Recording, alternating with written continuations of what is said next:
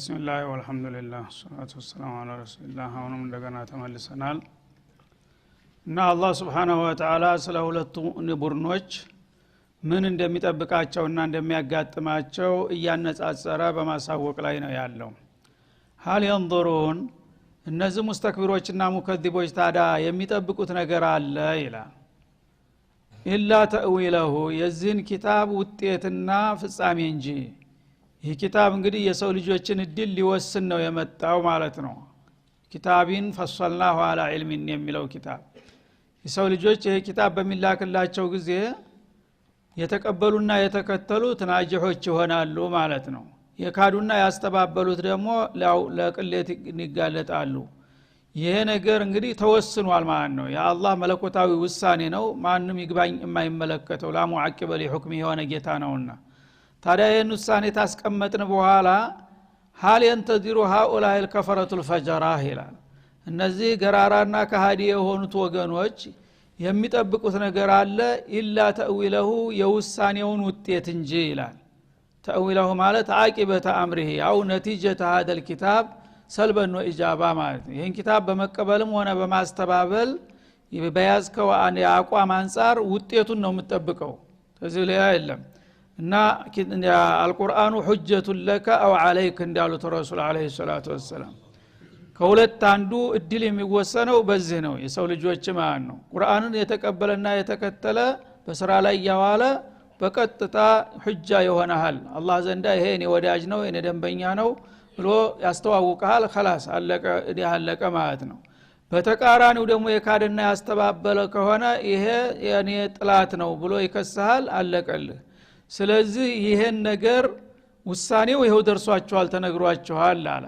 አሁን ግን በተግባር ያ ውጤቱ የሚገለጥበትን እለት እንጂ ሌላ ምን የሚጠብቁት ነገር አለ ما ينتظرون هؤلاء الكفرة الفجرة إلا عاقبة هذا الحكم الرباني ይሄ ጌታ በዚህ ኪታብ ውስጥ ያስቀመጠውን ውሳኔ ውጤት እንጂ ሌላ የሚጠብቁት ነገር የለም ዛሬ በቃል ተነግሯቸዋል ነገ ደግሞ በተግባር የጀነትና የጀሃነም ሆኖ የሚመደበው ሰው ማን እንደሆነ እስከምታዩት እንጂ ሌላ የምትጠብቁት ነገር አለን ይላል የውመ የእቲ ተእዊሉሁ የዚህ የኪታብ መቀበልና ያለ መቀበል ውጤት በይፋ በተግባር ሲመጣ የቁሉ الذين نسوه من قبل በዱንያ ላይ ያሉ ይሄን ኪታብ የረሱና የዘነጉት ወይም ቸል ያሉት ሰዎች እንደገና እድሉ ካለቀ በኋላ በጸጸት እንደሚከተለው ይላሉ ቀድ ጃአት رسول ربنا بالحق سبحان الله የጌታችን መልእክተኞች በእውነት ነበር ለካ የመጡልን እኛ አንተ ሻዒር ካህን እያልን ስናስተባብላቸው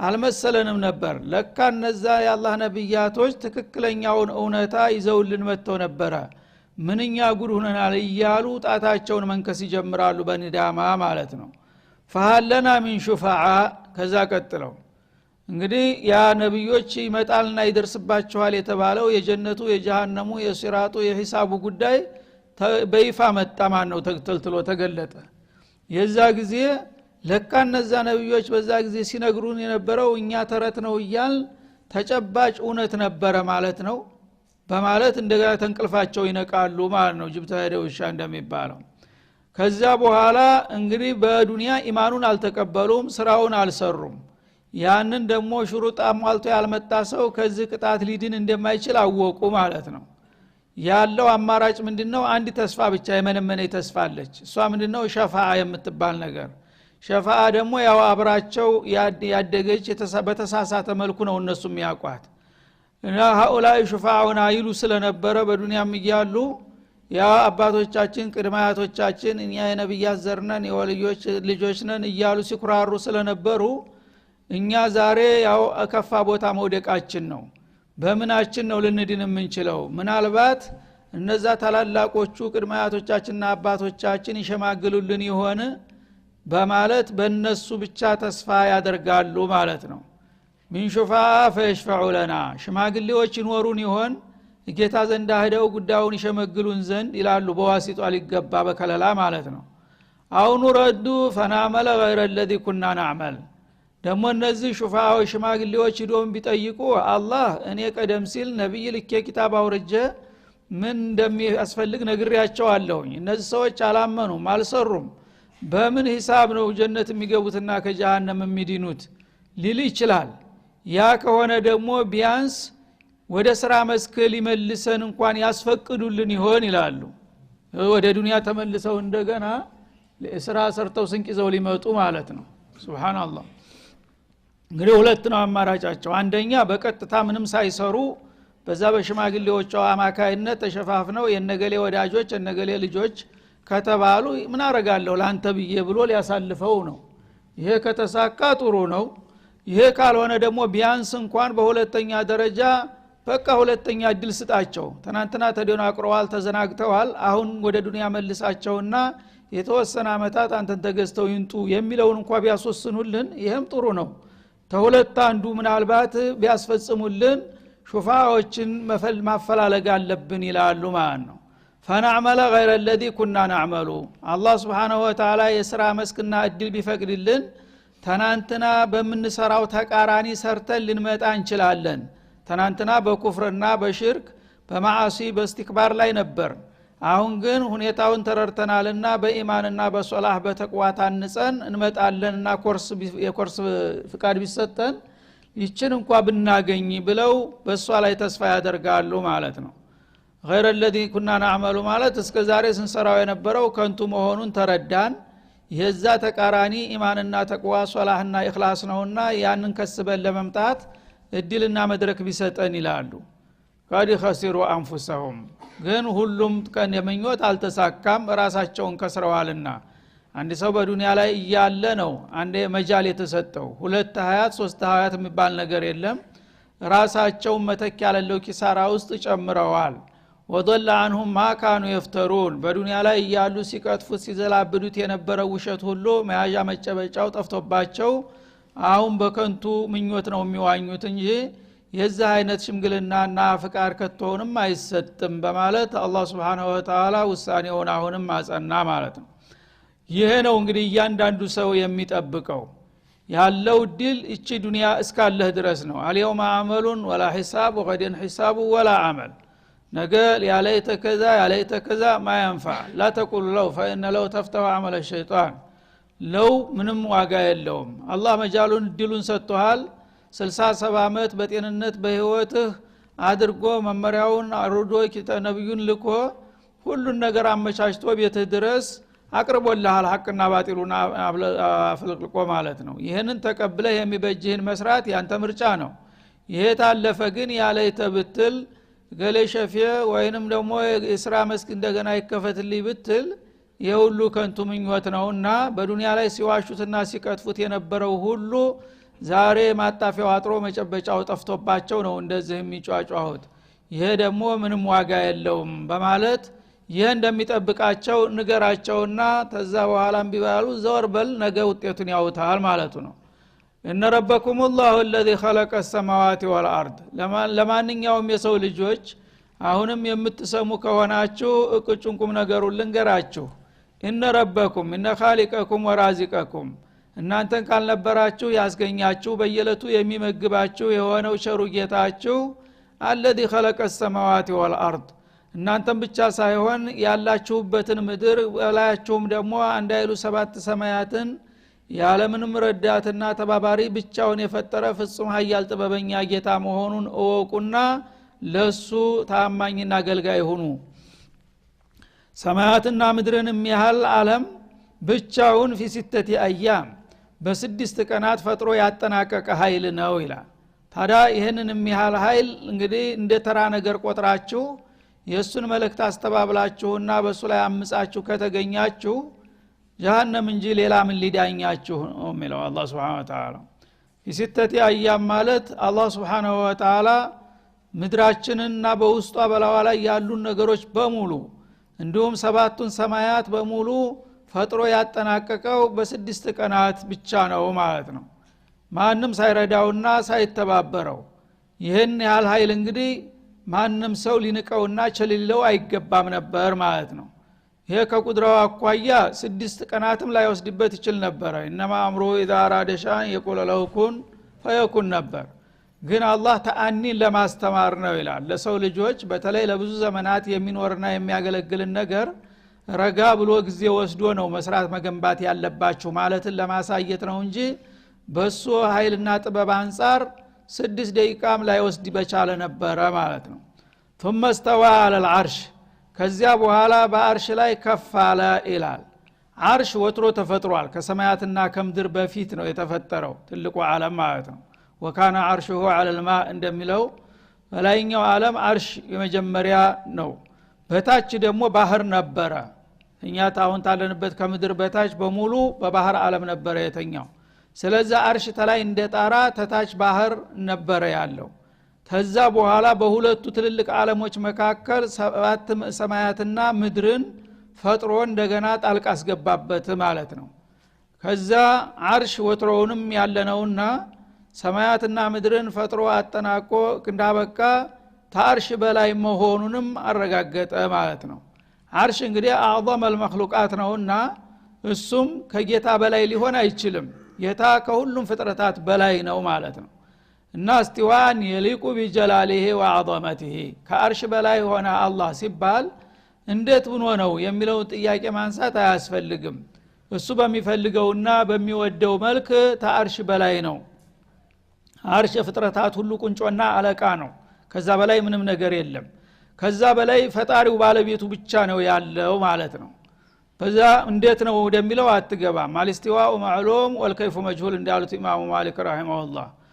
እና ቢላ ከይፊን ወላ ተምሲልን ወላ ተሽቢህን ወላ ተዕጢል በአጠቃላይ እንዲህ አይነቶቹ አያቶች በሚመጡ ጊዜ አላህ Subhanahu Wa Ta'ala አንድ ነገር በሚገልጥልን ጊዜ እኛ በመንችለው በአቅላችን ልንረዳው አንችልም።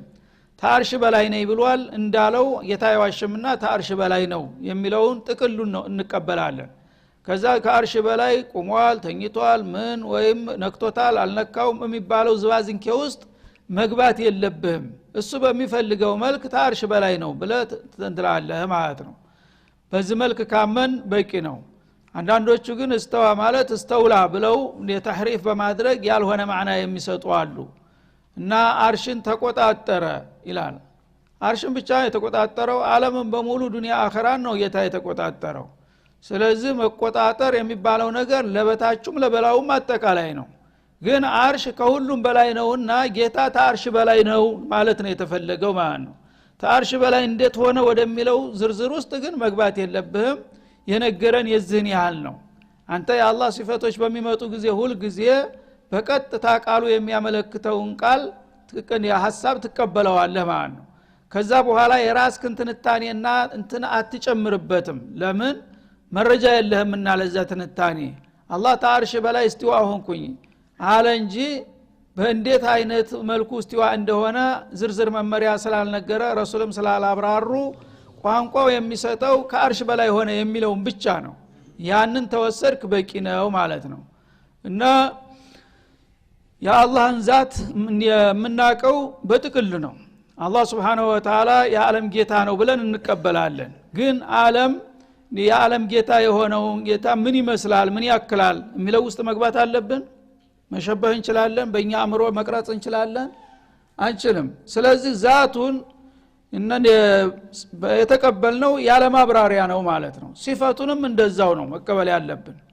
ስለዚህ የአላህ ሲፈት ዛቱን ስንረዳ ጌታ ምን ይመስላል ምን ያክላል የሚለውን ብታውቅ ኑሮ ሲፈቱንም እንደዛው ዒልሙ ምን ያህል ነው ቁድራው ምን ያህል ነው ልትል ትችል ነበር። ያስ ካልሆነ ድረስ በአጠቃላይ ጌታ የነገረህን ነገር ትናገራለህ እሱ ቆመበት ላይ ታቆማለህ። ከዛ ቀጥሎ ረሱል አለይሂ ሰላቱ ወሰለም ናቸው ተፍጥረታቱ ሁሉ ስለ ጌታቸው የሚያውቁት ተሁሉም የተሻለ ግንዛቤ ያላቸው። እሳቸው ማብራሪያ ሰጥተው ከሆነ በዛ በሰጡት መጠን ትቀበላለህ ማለት ነው። ካልሰጡ እዛው ላይ ትቆማለህ ማለት ነው። ስለዚህ እንዲህ አይነቱ ነገር ላይ ተእዊል አያስፈልግም። በቀጥታ استوى على العرش ብሏል አላ ወርተፋ على العرش كما في صحيح البخاري በአርሽ ከአርሽ በላይ ነው የሚለውን ብቻ ጥቅል ሐሳቡን ተወስዳለህ ማለት ነው። በዚህ መልክ ጌታ አርሽና ሌሎችንም ፍጥረታቶች ከፈጠረ በኋላ ከሁሉም ፍጥረታት በላይ ነው ብሎ አሳውቆናል። የዚህን ያህል ነው የምናውቀው። ከዛ በኋላ የውመል ቂያማ እውነት ሙእሚን ሆነን ከተነሳን ስለሱ ምንነትና ማንነት ተጨማሪ መረጃ የምናገኘው ስናየው ነው። የዛ ጊዜ ተጨማሪ ማብራሪያ መስጠት ትችላለህ ማለት ነው። አሁን ግን የተሰጠህን ያህል ብቻ እቆመበት ትቆማለህ ማለት ነው።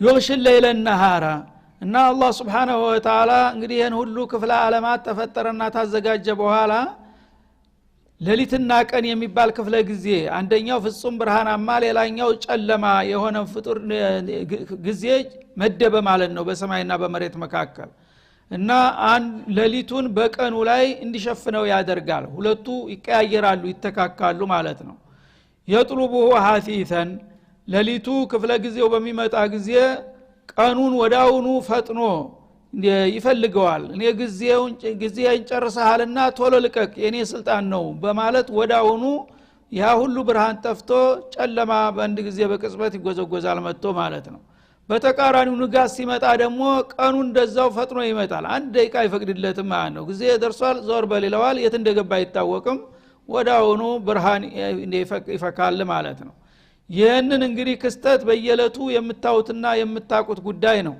ሌትና ቀን የሚባል ክፍለ ዘመን አለ ወይ ቢባል ማንንም ሰው የለም ማለት አይችልም ማለት ነው ታዲያ ይሄንን እንግዲህ ዓለም አቀፍ የሆነ ብርሃንና ጨለማ በቅጽበታዊ ፍጥነት እንደዚህ የሚቀያይረውና አንዱን ባንዱ ላይ የሚያዘዋውረው ማን ነው ከተባለ خالق السماوات والارض የሆነው አላህ ነው ከማለት በስተቀር ሌላ መልስ ሊኖር አይችልም ማለት ነው ይሄንን እንግዲህ ማድረጉ ምልክቱ ነው የታን በዛቱ ባታየው ድምጹን ባትሰማው የሥራ ውጤቱን በአለም ደረጃ እያሳየህ ነው ግዙፍ የሆኑ ማንንም ሰው ሊሰራቸው የማይችሉ ነገሮች በየለቱ ሲከናወኑ ታያለህ ሌቱ ይነጋል ቀኑ ይመሻል ማን ነው ይሄን የሚያደርገው ቢባል ከኔ በስተቀር ማን እኔ ነኝ ሊል የሚችል የለም ማለቱ ነው እና ሰሪዓን ማለት ነው ሐቲተን ማለት ቀኑ ሲያልቅ ሌሊቱ ወዳው በቅጽበት ይመጣል ከየት እንደመጣ ሳታቀው ማለት ነው ወዳው በተወሰኑ ደቂቃዎች ውስጥ አይን ቢወጉም ማይታይ ጨለማ ውስጥ ትገባለህ ንጋት ሲመጣ ደግሞ ያ ድቅድቅ ጨለማ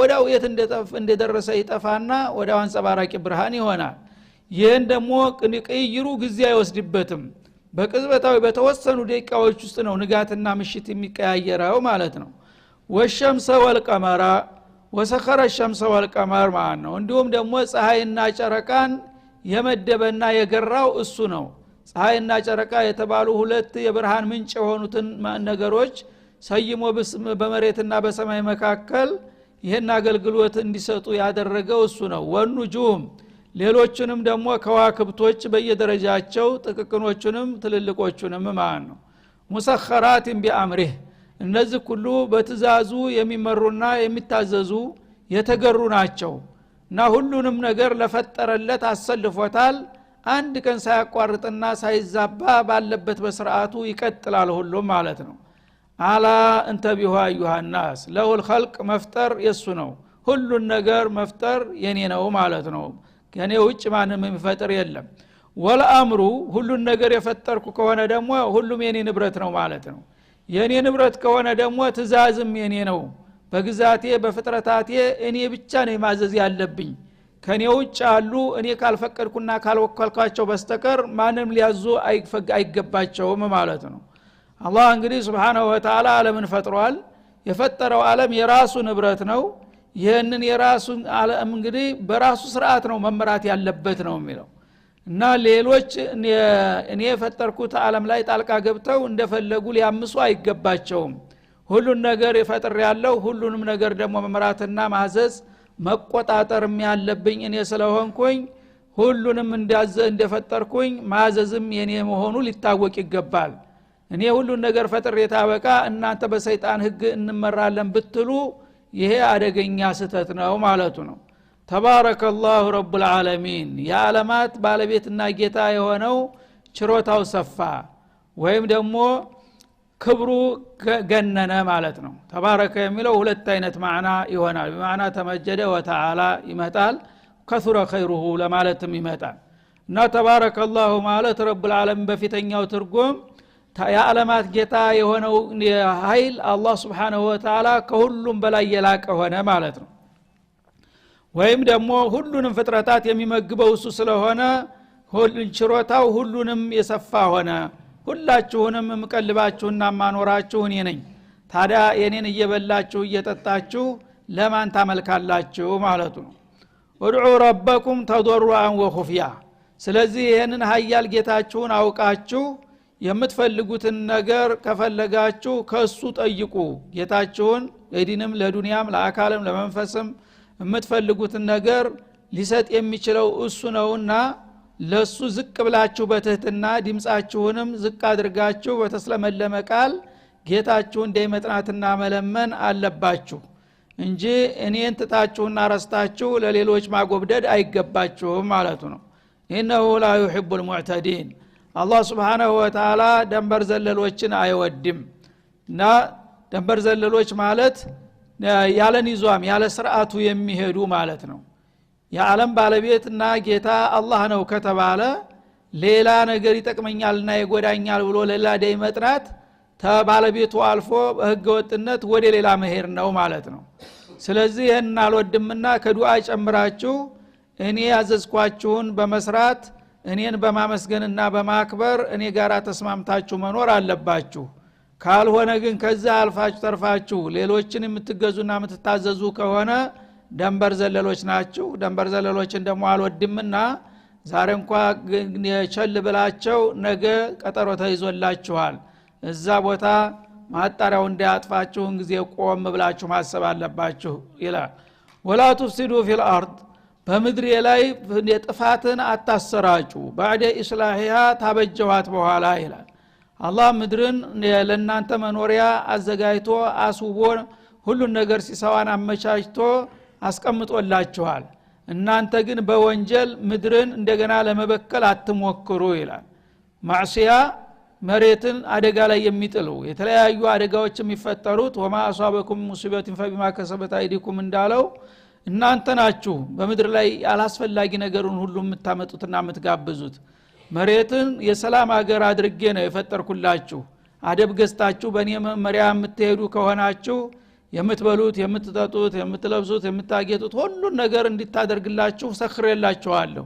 ይህችን ለእናንተ ጥቅም የተመቻቸች የሆነችውን ሀገራችሁን እናንተ በክፋትና በጥፋታችሁ የፈሳድ መድረክ አታድርጉ ይላል አላህ Subhanahu Wa Ta'ala። እና ተضرع بعد إصلاحها ማለት بإنزال الكتب وإرسال الرسل ونشر الدين الإسلامي የአላህን ኩቱቦች በማውረድ ሩሱሎችን በማሰማራት እንዲሁም ዱዓቶችን በማስከተል የመሬትን በጌታዋ መመሪያና ህግ እንድትመራ አመቻችቼ አሳምሬያለሁ። እናንተ ግን እንደገና የጌታን ፍቃድ ረግጣችሁ የሰይጣንን መመሪያ በመዘርጋት በመሬት ላይ ፈሳድን አታሰራጩ ይላል። ወድዑ ጌታችሁን የጥሩት ለምኑት ለምትፈልጉት ነገር خوفا من عذابه ተቅጣቱ የፈራችሁ ሆናችሁ ወጠማን في ثوابه እንደገና ደግሞ መልካም በምትሰሩ ጊዜ በመልካም ወረታ ተስፋ አድርጋችሁ ጌታችሁን ጥሩ። እኔ ምን አጓድሌ ነው ሌሎች ባዕድያን አማልክቶች ማምጣት ያስፈልጋችሁ ማለቱ ነው። የምትፈሩትም ነገር ካለ ከእኔ በላይ የሚፈራ ነገር የለም እኔን ፈርታችሁ ከሌላው መጥፎ ነገር ሁሉ ጠብቀን ብላችሁ ጠይቁኝ እኔ ያን ነገር ዘወር አረግላችኋለሁ። የምትፈልጉት የምትመኙት ነገር ካለ ደግሞ እኔን ተስፋ አድርጋችሁ ጌታችን እንዲህ አይነት ስጠን ብላችሁ ጠይቁ የምትፈልጉትን አረጋለሁኝ። እኔ አቃተኛ ማስተዳደሩ አዳገተኛ አልኳችሁ ሌሎች አማልክቶች የምትደረድሩት ይላል አላህ Subhanahu Wa Ta'ala። ኢነ ረህመተላህ ቀሪቡ ሚነል ሙህሲኒን ያአላህ ርህራሄ ተደጎች ዘንዳ ቅርብ ናት ይላል። እና ሙህሲኒን ማለት ሚነል ሙእሚኒን الصالحين المخلصين እና በጌታቸው አምነው እሱ ያዘዛቸውን የሚሰሩና በፍቃዱ የሚመሩ የሆኑ ሰዎች ሙህሲኖች ይባላሉ። እነዚህ ሙህሲኖች በትክክል እንግዲህ ያስተተጓዙ ድረስ በዱንያም በአኺራም ያላህ ረህማ ለነሱ ቅርብ ነው ወዳጆች ናቸውና እኔ በርህራሄ እንከባከባቸዋለሁኝ። ግን በእኔ ላይ አምፀውና አንገራጠው ወደ ሌላ ሊሄዱ የሚያምራቸው እነዚህ ሙጅሪሞች ናቸው። እነሱ በፈልግ በዱንያ በአደጋ ላጠፋቸው ይችላልኝ ካልሆነም ደግሞ ዝም ብያቆያቸውና መጨረሻ ጎል ይገባሉ በማለት ያስጠነቅቃል። وهو الذي الله ማለት አሁንም ለማወቅ ከፈለጋችሁ ልንገራችሁ يرسل الرياح ሁላችሁም የምታውቁት የሆነውን ንፋስ የሚልክላችሁ እሱ ነው። አየርን ለመቀየር ማለት ነው። አየር ንፋስ ባይቀይረውና ደመና የተለያዩ ነገር ባይቀያየሩበት ወዳውኑ ተጥቅም ውጭ ሆነና ሰዎች ሊኖሩ የሚያቅታቸው ደረጃ ይደርስ ነበር። ግን አላህ Subhanahu Wa Ta'ala ሌላው ቀርቶ አየሩን ማን ነው ሊያድሰው የሚችለው? አላህ ግን የንፋስ ኃይልን እንዲሰራጭ ያደርጋል። ይሄ ሙተዓፊን የሆነው የተበከለው አየር እንደገና እንዲቀየርና እንዲስተካከል ያዋህደዋል ማለት ነው። ንፋስን የሚልክና የሚያሰራጭላችሁ እርሱ እንጂ ማን መሰላችሁ? ቡሽረን በይነ የደይ ረሕመቲ ከጸጋው ፊት ለፊት ብስራት ነጋሪ አድርጎ ልዩ ንፋስን የሚያሰራጭላችሁ እኮ እርሱ ነው ይላል። ማለት ዝናብ በሚመጣ ጊዜ ለስለስ ያለች ነሲም የሆነች ንፋስ ትመጣለች እና ማንም ሰው ያውቃል የዝናብ ንፋስ ነፈሰ ይባላል። እንደውም አንዳንድ ጊዜ ማአዞውን ይዞ ይመጣል። እዛ አካባቢ ሳይዘንብ የዝናቡን ሽታ ይዞ ይመጣል ማለት ነው። ያ ነገር ማንም ሰው ወዳውኑ ተስፋው ይለመልማል። በድርቅ ተይዘው በቃ ዘንድሮ ክረምት ሊቀር ነው አለቅን ምናምን ሲል ሲጨነቅ የነበረው ወዳውኑ ለስላሳ የሆነች ንፋስን ያሰራጭና አይዟችሁ ዝናብ እየመጣ ነው የሚል ብስራት አዋጅ ያስነግራል ማለት ነው። ይሄን ሁላችሁም ታውቃላችሁ አይደለም? እንደዚህ የሚያረግላችሁ ጌታ ነው እኮ አላህ አልዓዚም ማለት ይላል። حتى اذا اقل السحابن እና ያቺ ንፋስ ለስላሳ የሆነች ንፋስ ከበላዋ ዳመና ተጭና ነው የምትመጣው። ለዚህ ነው የሱን ማዕዝ አስቀድማ የምታሰራጨው ማለት ነው። እና ዳመናውን ተጭና ተሸክማ በምትመጣ ጊዜ ቲቃለን በጣም ከባድ የሆነ ዳመና ንፋስ እንግዲህ የማይጨበጥ የማይታይ ነገር ነው። ድምጹ ብቻ ነው እንጂ የሚሰማ ማለት ነው። ያን ነገር ረቂቅ የሆነ የማይጨበጥ የሆነ ነገር ግን ስንት ማጦን ዝናብ ጭኖ ነው የሚመጣው የአላህ ቁድራ ሱብሃነሁ ወተዓላ። እና ይሄንን እንግዲህ የሚያረገው ከአላህ በስተቀር ማን ነው ይላል። ወትሮኛ እንደ መሬት ሆነን በመናይበት ጊዜ ዳመና ከሰማይ ጋር የተላከከ መስሎ ነበር የሚታየን። አሁን ግን በንፋስ ኃይል ተጭኖ እዙኛ ተገመጥቶ ነው የሚዘንበው ማለት ነው። በአውሮፕላን ስንሄድ ያልፈን ተላይ ሆነን እናየዋለን። ተታች ተጎዘጎዘ ጭድ መስሎ ይታያል ማለት ነው። ይሄን እንግዲህ ዳመና እንደዚህ በአውሮፕላኑ ሸንቁሮ ሲሄድ ድምጽ የለው ምን የለው እጅን በመስኮት አውጥተን እንድትልጨብጥ ብትለው ወላ የሚያረጥብ ነገር የለም ጭስ ነው። ግን የተጫነው ጦን ከየት ነው ያው ዝናብ የመጣው? ሱብሃንአላህ። አንድ ነገር እንኳን የላበት ያህል እንኳን አያረጥብህም እንደዚህ ዳመናውን እየነካው። ግን አጥናን ነው እንግዲህ ስንት ማይል ስንት ቶን ተጭኖ ነው የሚመጣው በዛ ዳመና ላይ ማለት ነው። አለበለዛ በቀጥታ ውሃውን ከሰማይማ ቢገነብረው ወዲያው ጠራርጎ በመሬት ላይ ያለውን ነገር ነው ደብዛውን የሚያጠፋው። ግን አላህ ኃይሉን ለመቀነስ በዳመና ኃይል በንፋስ ጭኖ እኛ ጠገብ አምጥቶ በማይጎዳ መጠን አቅርቦ ነው እንዲዘንብ የሚያረገው። ልክ እንደ ወንፊት ያረገውና ደግሞ እንደ ጎርፍ ዝም ብሎ ቢደፋም በቃ ወዳውኑ ጠራርጎት ይሄዳል። ግን እያንዳንዷ ጠብታዋ ተቀንና ነው የምትመጣው ማለት ነው። ይሄንን ሁላችሁም መቼም ታያላችሁ ታውቃላችሁ። ማን ነው ታዲያ ይሄን ዝናብ በዚህ መልኩ የሚያከፋፍላችሁ ይላል። እና ሱቅናሁ ሊበለድ መይት ያንን በዳመና የተጫነውን በንፋስ አማካይነት የተበሰበሰ የመጣውን ዝናብ በድርቅ ለተጎሳቆለው አገር እንነዳዋለን። በገሌ አገር ይዝነብ በገሌ ተዝክልል እስተዝክልል ይሄን ያልቶን እየተባለ ኮታ ይመደብለታል። በዛ መሰረት ይሰራጫል ማለት ነው። ፈአንዘልና ቢሂል ማ እና በዛ በተመደበለት ክልል ሁሉ ድርሻውን ውሃው እንዲከፋፈልና እንዲወርድ እናደርጋለን። ፈአኽረጅና ቢሂ በዛ በዝናብ አማካይነት ሚን ኩል ተመራት በረካተል አርድ ገንፍሎ ይወጣል። ልክ ያ ዝናብ በሚዘንብበት ጊዜ የተዘራውም ያልተዘራውም በመሬት ላይ ገንፍሎ ይወጣና ያን የመሰለ የተግለሰለሰ አዝመራና ጨሌታ ያለህ ማለት ነው። ከذلك نخرج الموتى አለ። ስለዚህ ተናንተና ዝግባ የማትባል የጨሰች የተሰነጣጠቀች መሬታችሁ ይሄንን በረከት ዝናብ በማወርድባት ጊዜ ወዳውኑ የዚህ አይነት ውጤት ታሳያቸዋለች። አሁንም እናንተ ነገ ቂያማ ሲደርስ ልክ ዝናቡን አውርጀ በቃውን ተምድረከርስ እንደማወጣው የእናንተን ማስከረን እንደዛ እኮ ነው ማበቅለው ይላል አላህ Subhanahu Wa Ta'ala። ነፍስ ሸይ ዝናብ ነው የሚዘንበው ወፍራም የሆነ ዝናብ ባስ በሚመጣ ጊዜ ማለት ነው። ዛሬ በቆለው ባቄላው ዝናብ ሲዘንብለት እንደሚበቅል ነገ ደግሞ የኛ የአካል አስከሬን ያ ኃይለኛ ዝናብ በሚወርድ ጊዜ በቀጥታ ሩህ መታ በዛ በአስከሬኗ ፍራሽ በአፈር ላይ ቁጭ ትላለች። ወዳውኑ በቅጽበት አካልህ እንደነበረ ተመልሶና ታድሶ መሬቱን ፈነቃቅለ ብቅ ትላለህ ማለት ነው። ይሄ ነው የሚደረገው። ይሄ እንግዲህ ናሙና ነው እና ራሳችሁ የምታዩት ነው።